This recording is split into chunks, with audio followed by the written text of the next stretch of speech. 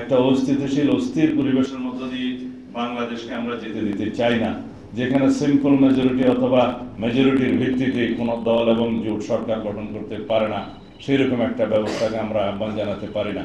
যে দেশের মানুষ সর্বশেষ জরিপ অনুযায়ী 56% মানুষ পিআর পদ্ধতি কি তাই বুঝে না, সেই জায়গায় 70% লোক নাকি পিআর চায়, সেই পরিসংখ্যান তো আমরা মানতে পারি না। এরকম বিভ্রান্তকর তথ্য দিয়ে বাংলাদেশের মানুষকে ভুল বোঝানো বা বিভ্রান্তি সৃষ্টি করা অনুচিত হবে।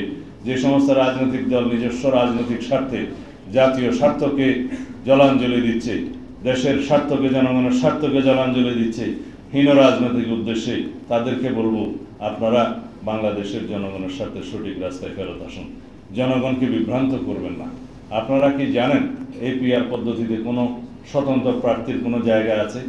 আপনারা যে কেউ যদি কোনো নির্বাচনী এলাকার মধ্যে কেউ একজন স্বতন্ত্র প্রার্থী হিসেবে দাঁড়াতে চান, তার জন্য এই পিআর পদ্ধতিতে তো কোনো খানা নাই। তারা কি নির্বাচনে অংশগ্রহণ করার জন্য সাংবিধানিক অধিকার রাখে না? আপনারা পিআর পদ্ধতি মানে সিম্পল যদি বলেন মার্কাতে ভোট দিবে, কে সংসদ সদস্য নির্বাচিত হবে সেই এলাকার মানুষ জানবে না, সেই নির্বাচনী এলাকার মানুষের কোনো অধিকার থাকবে না, তারা যাকে পছন্দ করে ভোট দিবে সে নির্বাচিত হবে। নির্বাচন করবে কে? মার্কাতে ভোট করবে, নির্বাচিত হবেন যিনি, তিনি কেবল দলের কেন্দ্রীয় নেতৃত্ব কর্তৃক নির্বাচিত হবেন। দলের প্রেসিডেন্ট সেক্রেটারি অথবা আমির সাহেব অথবা মজলিসের শোরা নির্ধারণ করবে কোন এলাকায় কে নির্বাচিত হবেন। সেই হিসাবে বাংলাদেশের মানুষের গণতান্ত্রিক অধিকার তো নিশ্চিত হলো না। সেই পদ্ধতিকে আমরা চাই। বাংলাদেশের মানুষ যে পদ্ধতি 56% মানুষগুলো বুঝেই না, সেই পদ্ধতিকে আমরা চাইতে পারি? তো সুতরাং এই সমস্ত কথাবার্তা বলে জাতিকে বিভ্রান্ত করার চেষ্টা না করাই উচিত।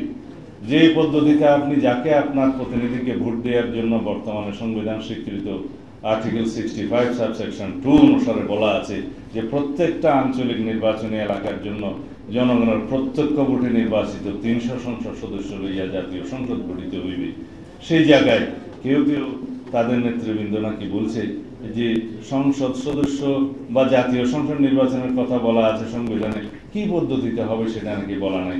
বলেই তো দিলাম, অনেক জায়গায় পড়ে দেখতে পারেন, বলছে পিআরে হবে না অন্যভাবে হবে, সেটা নাকি বলা নাই, স্পষ্ট বলা আছে। আর তাছাড়া কেউ যদি পিআর পদ্ধতি চায়, তারা স্বাধীনভাবে তাদের নির্বাচনী ইশতেহারে সেটা প্রকাশ করুক, জনগণের কাছে যাক। জনগণ যদি তাদের ইশতেহারের পক্ষে ভোট দেয়, তখন তারা সেটা বাস্তবায়ন করবে। আমরা স্পষ্টই দেখতে পাচ্ছি বাংলাদেশের রাজনীতির ময়দানে এবং নির্বাচনে অস্থিরতা সৃষ্টি করার জন্য, বাংলাদেশের আগামী জাতীয় সংসদ নির্বাচনকে বিলম্বিত করার জন্য এবং পারতপক্ষে বানচাল করার জন্য যে শক্তি কাজ করছে, তার পক্ষে এই রাজনৈতিক দলটি কাজ করছে বলে আমাদের সন্দেহ। কারণ বাংলাদেশে যদি নির্বাচন বিলম্বিত হয়, তাহলে ফেসিবাদের উৎপাত হবে আবার, ফেসিবাদের উৎপত্তি হবে আবার, এবং পতিতে ফেসিবাদ সুযোগ পাবে আবার। সুতরাং সেটাকে আমরা চাইতে পারি? অবশ্যই না। বাংলাদেশে যদি নির্বাচন বানচাল হয়, তাহলে অগণতান্ত্রিক শক্তির উত্থান হবে অবশ্যম্ভাবীভাবে, সেটাকে আমরা চাই?